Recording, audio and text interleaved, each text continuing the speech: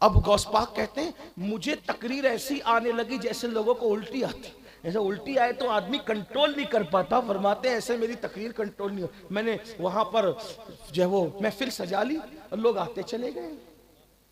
पहले आए तो हुजरा भरा, मदरसा भरा, फिर जामा मस्जिद भरने लगी, फिर मेरा मिंबर, इतने लोग आए कि ईदगाह में ले जा करके रखना पड़ा।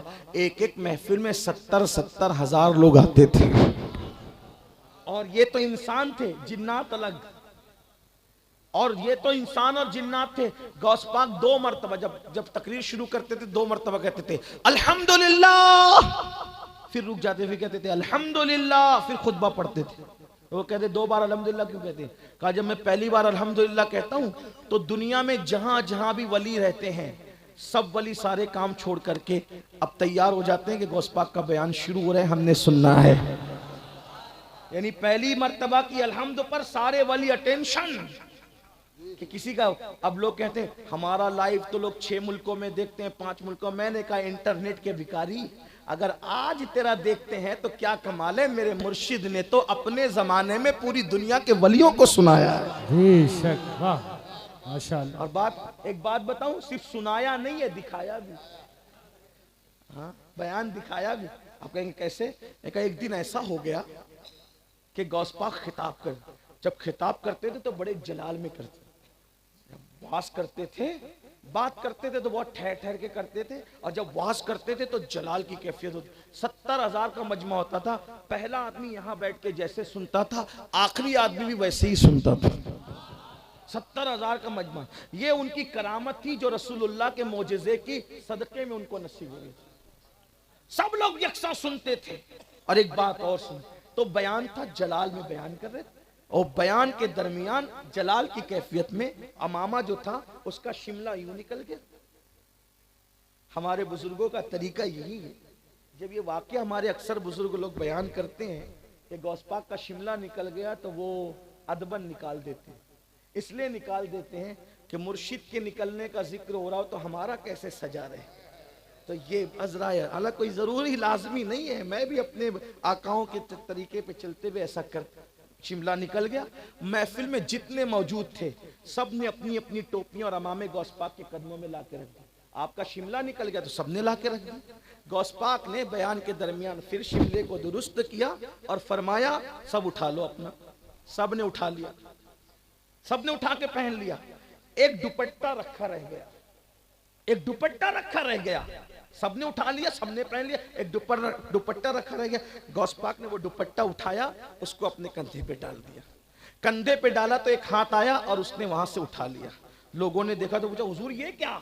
फरमाया कि तुम ही नहीं सुन रहे थे, एक पास के गांव में एक वलिया वो भी सुन रही थी अपने घर में बैठ के। जब मेरे शिमले के हटने से तुमने अपने अपने अमामे और टोपियां मेरे कदमों में डाली तो उसने भी अपना दुपट्टा मेरे कदमों में डाल दिया। सुभान अल्लाह, सुभान अल्लाह, माशाअल्लाह। भाई बगैर देखे तो ये कैफियत नहीं पैदा हो सकती ना कि किसी का अमामे का शिमला खुला। बगैर देखे तो ये पोजीशन नहीं हो। ये मेरे गौस की शान। इसीलिए तो इमाम कहते शुक्र के जोश में जो है वो तुझे क्या जाने, खिज्र के होश से पूछे कोई रुतबा तेरा। और वाह क्या मर्तबा गौस है बाला तेरा, ऊंचे ऊंचों के सरों से कदम आला तेरा। सर भला क्या कोई जाने के है कैसा तेरा, औलिया मलते हैं आंखें वो है तलवा तेरा। तू हुसैनी हसनी क्यों ना मुहैयती हो, ऐ खिजर मजमे बहरैन है चश्मा तेरा। और क्यों ना कासिम हो कि तू इब्ने अबुल कासिम है, क्यों ना कासिम हो कि तू इब्ने अबुल कासिम है, क्यों ना कादिर हो के मुख्तार है बाबा तेरा। इब्ने ज़हरा को मुबारक हो अरूसे कुदरत, हम कादरी पाए तसद्दुक मेरे दूल्हा तेरा। और अपना तारुफ ये है तुझसे दर, दर से सग और सग से है मुझको निस्बत, मेरी गर्दन में भी है दूर का डोरा तेरा। तो फिर इस निशानी के जो सग है नहीं मारे जाते, हश्र तक मेरे गले में रहे पट्टा तेरा। और क्या दबे जिसमें हिमायत का हो पंजा तेरा, शेर को खतरे में लाता नहीं कुत्ता तेरा। तो गुफ्तगू इख्तिताम को पहुंचती है। सरकार गौसे पाक जब बयान करते थे 70-70 हजार लोग, 400 लोग कलम दवात लेके लिखते बैठते थे गौस पाक कह क्या रहे। बल्कि एक साहब ने गौस पाक के दौर में जिन्नात की तस्खीर का अमल किया था। ये आप थक तो नहीं गए ना, ये वाकया मैं बयान कर सकता हूँ ना, ये इतना बयान करके पूरा करते हैं। हाँ, सर्दी का मौसम है, मुझे ख्याल है, क्योंकि आप अकीदत में तो बैठ सकते हैं, लेकिन ज़रूरतें आपका दिल हमसे अकीदत करता है, लेकिन आपकी ज़रूरतों को हमसे अकीदत नहीं है। तो इसलिए ज़रूरतों का ख्याल करना भी हमारी जिम्मेदारी है। तो तवज्जो करें, जिन्नात की तस्कीर का अमल किया था, और उन्होंने अमल किया तो जिन्नात देर से पहुंचे। उन्होंने कहा भाई मैंने तस्कीर का अमल मेहनत से किया है, तुम देर से क्यों आए? कहा इस टाइम ना बुलाया करना वरना आएंगे ही नहीं। कहा क्यों? कहा कि इस टाइम गौस पाक बयान करते हैं और हम सब उनके भी। कहा हाँ, इंसानों से ज्यादा जिन्नात रहते हैं, ये गौस पाक है। एक मर्तबा गौस पाक बयान करते करते कहते हैं, ओ इसराइली नीचे आओ और मोहम्मदी का बयान सुनते जाओ। तो किसी ने पूछा हुजूर ये क्या कहा? कहा खिजर उड़ते हुए जा रहे थे, तो हमने कहा नीचे आइए जरा हमारा भी बयान सुनते जाइए। गौस पाक फिर गौस पाक। हमने अपनी हस्तियों को समझा नहीं, हम तो बस चंद चीजों में लकीर के फकीर बने रहे। ये आका लोगों की अजमत समझो और इनसे जुड़ो। और इनसे जुड़ना सिर्फ नारे नहीं, बहुत नारे हो चुके। अमल के मैदान में कदम रखो, ये सब अमल वाले लोग थे, अमल वाले। हम क्या कहते हैं, गौस पाक के मुरीद मौलाना नमाज नहीं पढ़ेंगे तो जन्नत में जाएंगे। मैंने कहा गौस पाक तो रसूलुल्लाह की औलाद में से हैं, और वो ऐसी औलाद है कि हुजूर का दीदार वो जागते जागते भी किया करते थे। लेकिन अमल का हाल ये था कि 40 साल तक ये मामूल रहा कि हर रात इशा के वक्त वुजू करते थे और उसी वुजू से फजर की नमाज पढ़ते थे। 40 साल, 15 साल तक ये मामूल रहा कि हर रात में एक पूरा कुरान खत्म करते थे। ये गौस पाक। कोई वली आपको बेअमल नहीं मिले, और जो बेअमल हो वो वली नहीं हो सकता। अमल के मैदान में कदम रखो। बहुत नारे हुए, नारे बहुत लगा चुके। मैं नारे लगाने से मना नहीं कर रहा हूं, ये कहता हूं कि अपना जोश इधर जरा सा इधर लगाएं, इबादत की तरफ, अमल की तरफ, तकवे की तरफ, परहेजगारी की तरफ, हकायक की तरफ। तो सरकार गौसे आजम रदी अल्लाह ताला जब बयान किया तो अब 70 हजार का मजमा।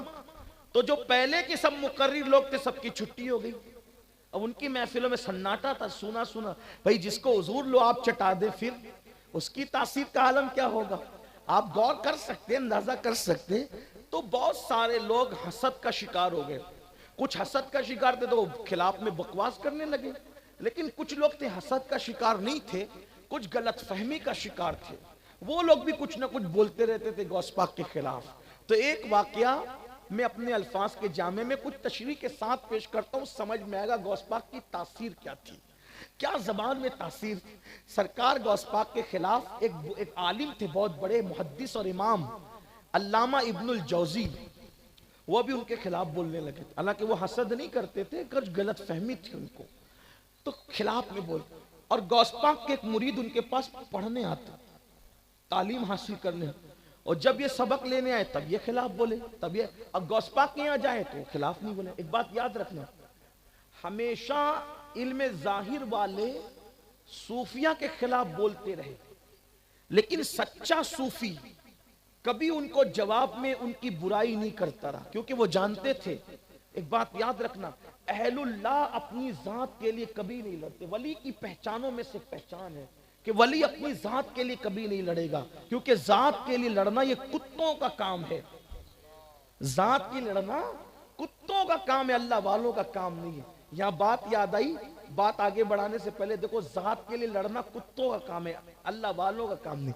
एक मर्तबा इमाम हसन, जो गौस पाक के जद्दे आला है, इमाम हसन, कभी कभी आदमी का मूड बनता है ना कि यार आज मुझे बहुत अच्छे कपड़े पहनना, थोड़ा सा आज मुझे सजना है, संवरना है, ऐसा मूड बनता है कभी कभी, आपका भी बनता होगा।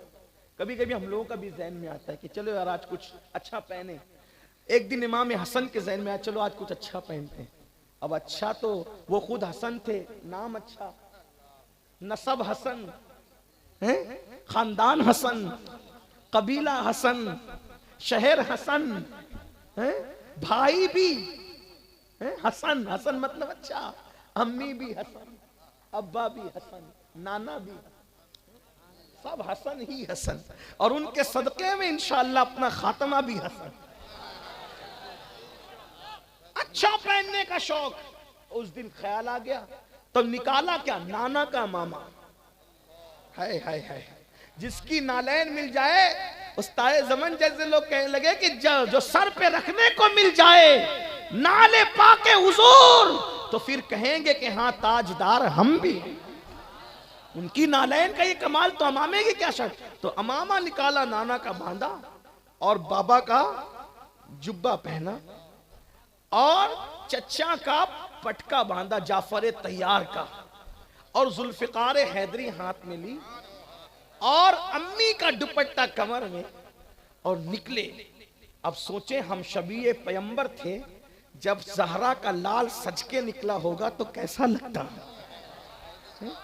क्या बात होगी।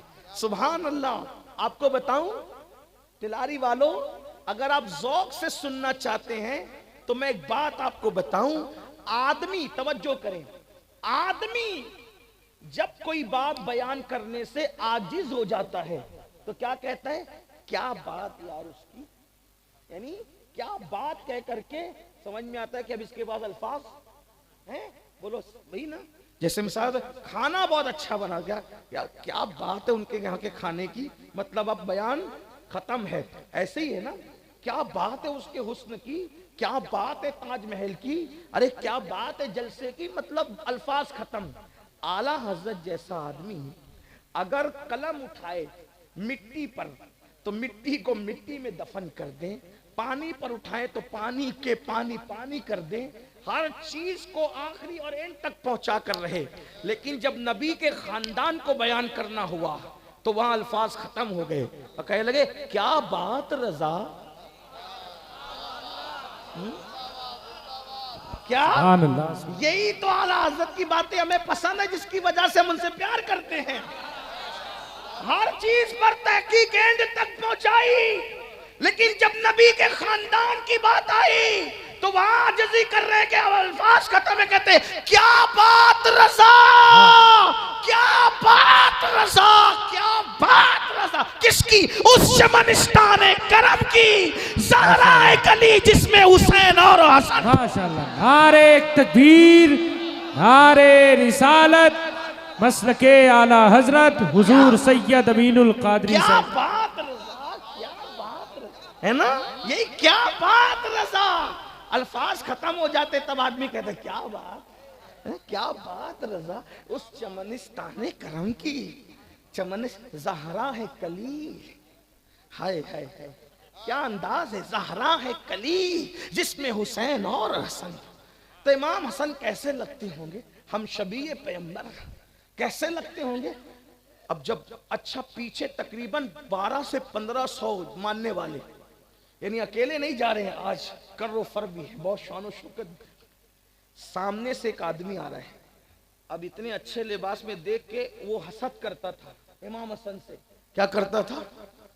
इसका मतलब कि अल्लाह वालों से हसद करने वालों की भी कमी नहीं रही, लेकिन फर्क इतना है, मानने वाले 1500 थे पीछे और हसद करने वाला एक था।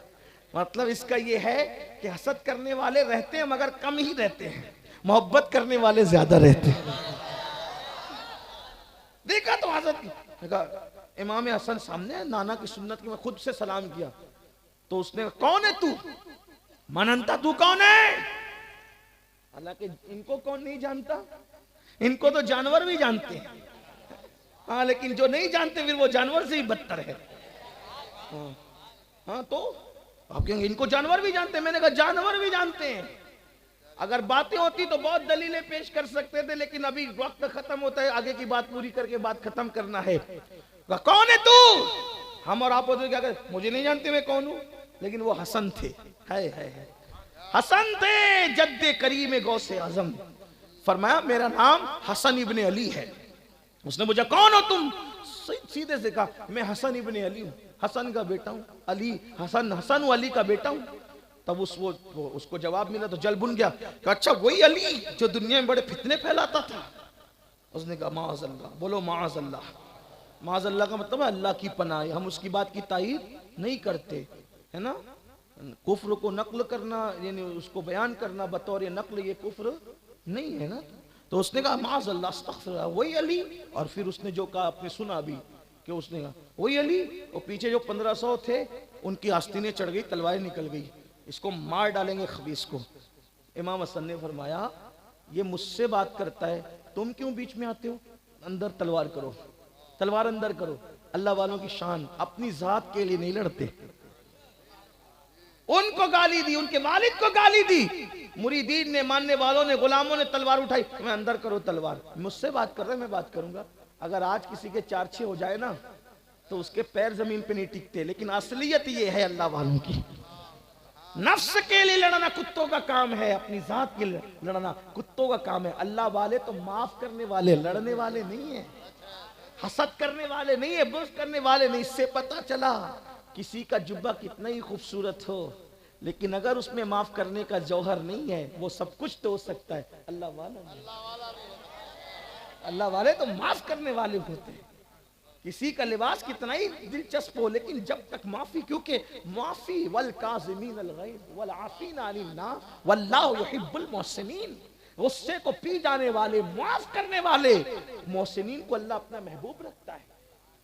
तो इमाम हसन ने फरमाया कि मुझसे ये बात करता है, तुम चुप रहो। उन्होंने तलवारें अंदर, अच्छा मानने वाले बड़े फिर वफादार थे, क्योंकि वहां सेटिंग नहीं होती थी, कहे कुछ रहे करना भी कुछ, ऐसा नहीं, कुछ सेटिंग होती है ना, मैं ऐसा कहूंगा फिर भी तुम ऐसा कर लेना, तो फिर वो मुनाफिकत है, वो सच्चाई नहीं। कहा अंदर रखकर तलवार अंदर हो गई। फरमाया ऐ बंदे, तू जानता है कि मैं और मेरा बाबा वैसा नहीं जैसा तूने कहा। देखो गुफ्तगू का अंदाज देखो, गुफ्तगू का लहजा देखो। अल्लाह, ऐ बंदे तू जानता है कि तूने जैसी गाली दी मुझे, मेरे बाबा को, ना मैं वैसा हूं ना मेरा बाबा वैसा है, लेकिन मैं जानता हूं कि आदमी टेंशन में जबान से कुछ का कुछ बकता है। शायद तुझे टेंशन है, ये टेंशन के अल्फाज उन्होंने नहीं कहे, लेकिन मैं उस अरबी को इंग्लिश करके बोल रहा हूं। उन्होंने कहा तू शायद जहनी परेशानी में मुब्तला है, इसलिए तू ऐसी बात कर रहा है। लेकिन मैं आपको समझाने के लिए, वरना आप ये कहेंगे कि उन्होंने कब अंग्रेजी बोलनी शुरू कर दी। तो कुछ लोग ऐसा भी करते हैं ना, कुछ तकरीर सुनने आते हैं, कुछ सूंघने आते हैं, और थोड़ी सी बीच बीच में वजाहत करनी पड़ती है कि उन्होंने अंग्रेजी नहीं बोला, मैं बोल रहा हूँ आपको समझाने के लिए। उन्होंने कहा जहनी परेशानी में तुम मुब्तला है, तो तुम क्या तू टेंशन में? टेंशन में लोग ऐसी बात करते हैं। नहीं मैं कोई टेंशन में नहीं हूं। अल्लाह के बंदे सुन, क्या तेरी बीवी से कोई तेरा झगड़ा हो गया? और तेरी बीवी से तेरा कोई झगड़ा हुआ हो, कोई बात नहीं, उसने तुझे गालियां ज्यादा दे दी, तू गाली नहीं दे सका, तो वो गुस्सा घर का तू मुझ पे, मेरे अब्बा पे उतारता है। अगर तेरी बीवी से तेरा झगड़ा हो गया हो, चल मैं तेरे साथ चलता हूँ, तुझसे तेरी बीवी की सुलह करा देता हूँ, लेकिन मेरे बाबा को गाली ना दे, तू जानता है मेरा बाबा ऐसा नहीं है।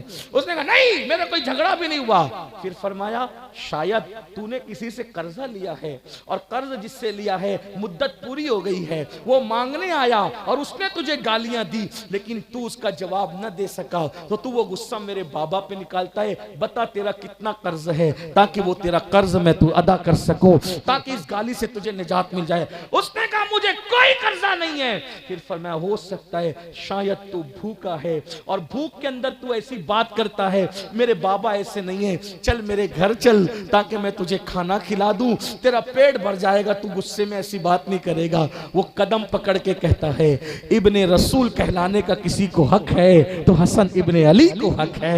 ऐसे ही होते हैं मोहम्मद के घराने वाले, ऐ शान है रसूल अल्लाह के घराने वालों की। देखा दुश्मन को अपना किस अदा से बनाया, ये इमाम हसन है और वो जद्दे आला है सरकार गौस पाक के।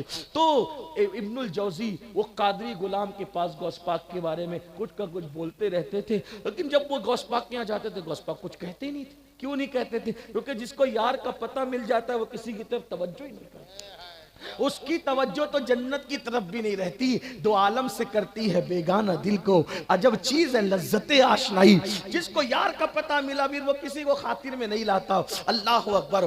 तो एक दिन वो कादरी जो है थोड़ा सा भड़का, और भड़क कर उसने कहा हजरत आप मेरे उस्ताद हैं, जब देखो जब आप उनकी बुराई करते हैं, जब देखो जब उनकी बुराई करते हैं, और वो आपके खिलाफ कुछ नहीं कहते, तो आपने कभी उनसे मुलाकात की, कभी देखा, कभी उनको सुना? उन्होंने कहा नहीं मैंने नहीं देखा, नहीं सुना उनको। कहा एक बार चलो मेरे साथ और उनका बयान सिर्फ सुन लो, बस उनकी महफिल में चलो बयान सुन लो।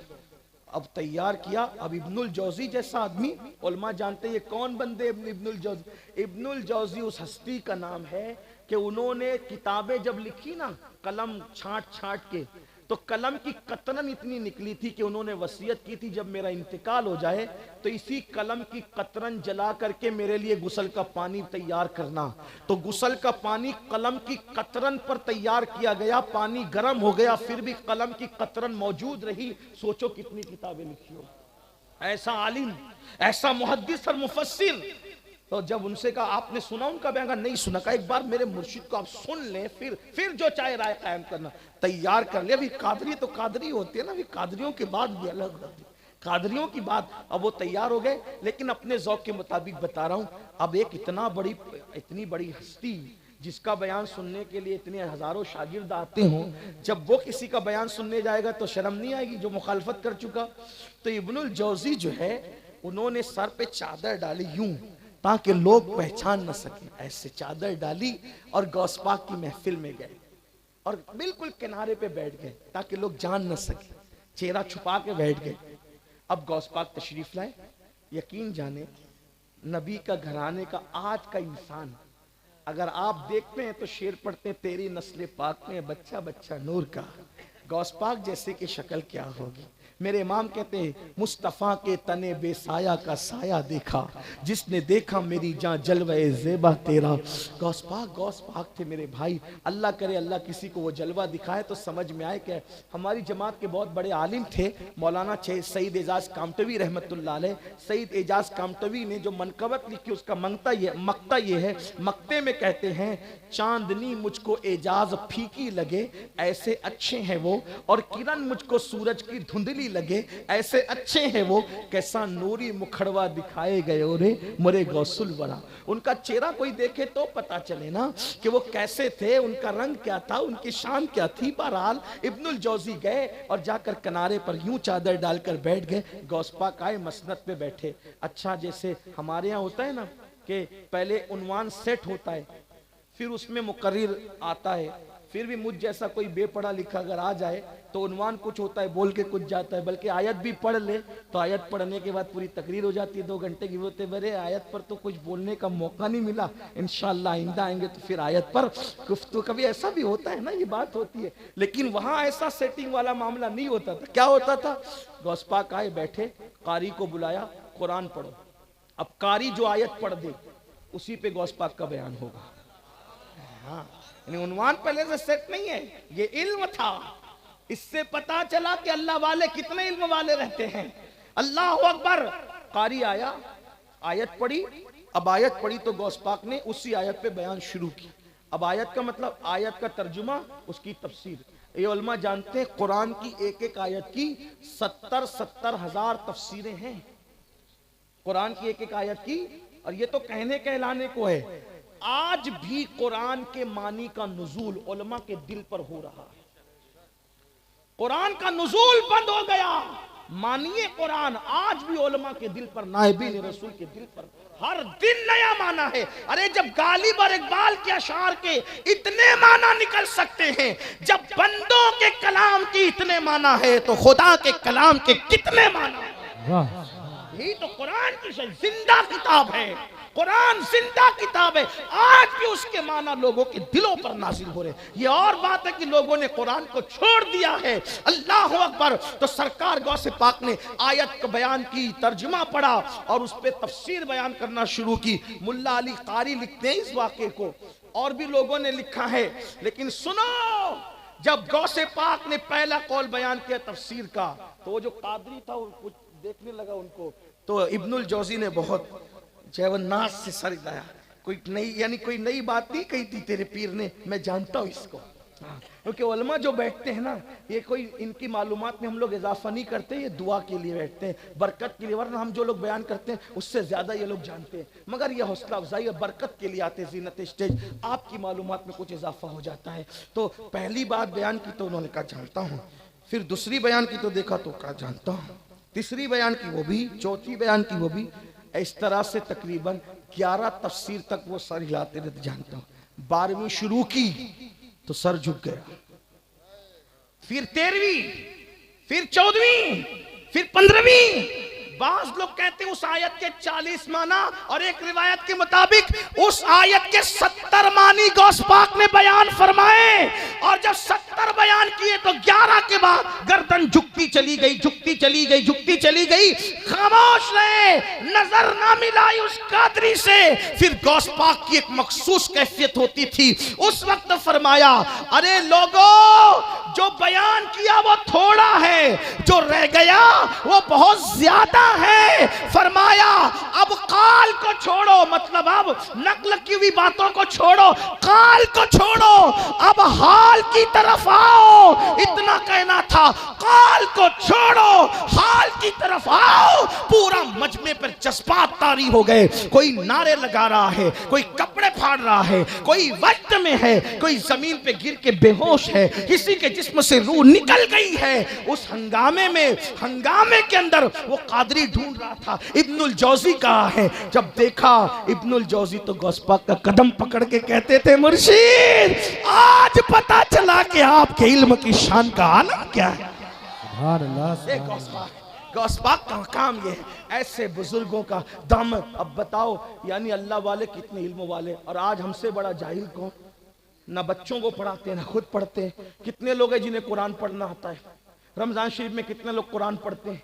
याद रखना, बुजुर्गों ने फरमाया, जिसने दुनिया में कुरान पढ़ना नहीं सीखा, कयामत के दिन वो अंधा उठेगा। कुरान पढ़ लो जिंदगी में। अल्लाह वाले तो सब इसीलिए आए थे, यही काम करने आए थे। तो मुसलमानों, मेरी गुजारिश है, अल्लाह का खौफ दिल में पैदा करो, अल्लाह की खशियत दिल में। गौस पाक इतने बड़े थे, ठोकर से मुर्दे जिंदा करते थे, लेकिन जब हज को गए, काबे का गिलाफ पकड़ के कहते, अल्लाह, अब्दुल कादिर के अमाल अगर तेरी बारगाह में कबूलियत के काबिल नहीं है, तो कयामत के दिन तो अब्दुल कादिर को अंधा उठाना, अंधा, ताकि तेरी बारगाह में शर्मिंदगी से महफूज हो जाए। मुसलमानों, एक दिन ईद का दिन था, कोई गौस पाक से मिलने आया तो देखा कि रो रहे हैं। कहा, मुर्शिद, आज तो ईद का दिन है। फरमाया, बेटा, अपनी ईद उस दिन होगी जिस दिन अपना खात्मा ईमान पर होगा। जब ईमान पे जाएंगे उस दिन हमारी, ये उनकी फिक्र थी, उनकी सोच थी। आज हम उससे दूर हो गए। मेरे भाइयों, आओ तौबा करो, नेक बनो, अल्लाह वालों के नक्शे कदम पे चलो। सिर्फ नारेबाजी, ज़बानी दावे से काम नहीं चलेगा। अल्लाह पाक सबसे पहले मुझे, आप सबको अमल की तौफीक अता फरमाए। गुफ्तगू के दरमियान अगर कोई गलती हो तो अल्लाह ताला माफ़ फरमाए। अस्तगफिरुल्लाह रब्बी मिन कुल्लि ज़ंबिन व अतूबु इलैहि व मा अलैना इल्लल बलाग। अस्सलामु अलैकुम व रहमतुल्लाहि व बरकातुहू। सलातो सलाम के लिए खड़े।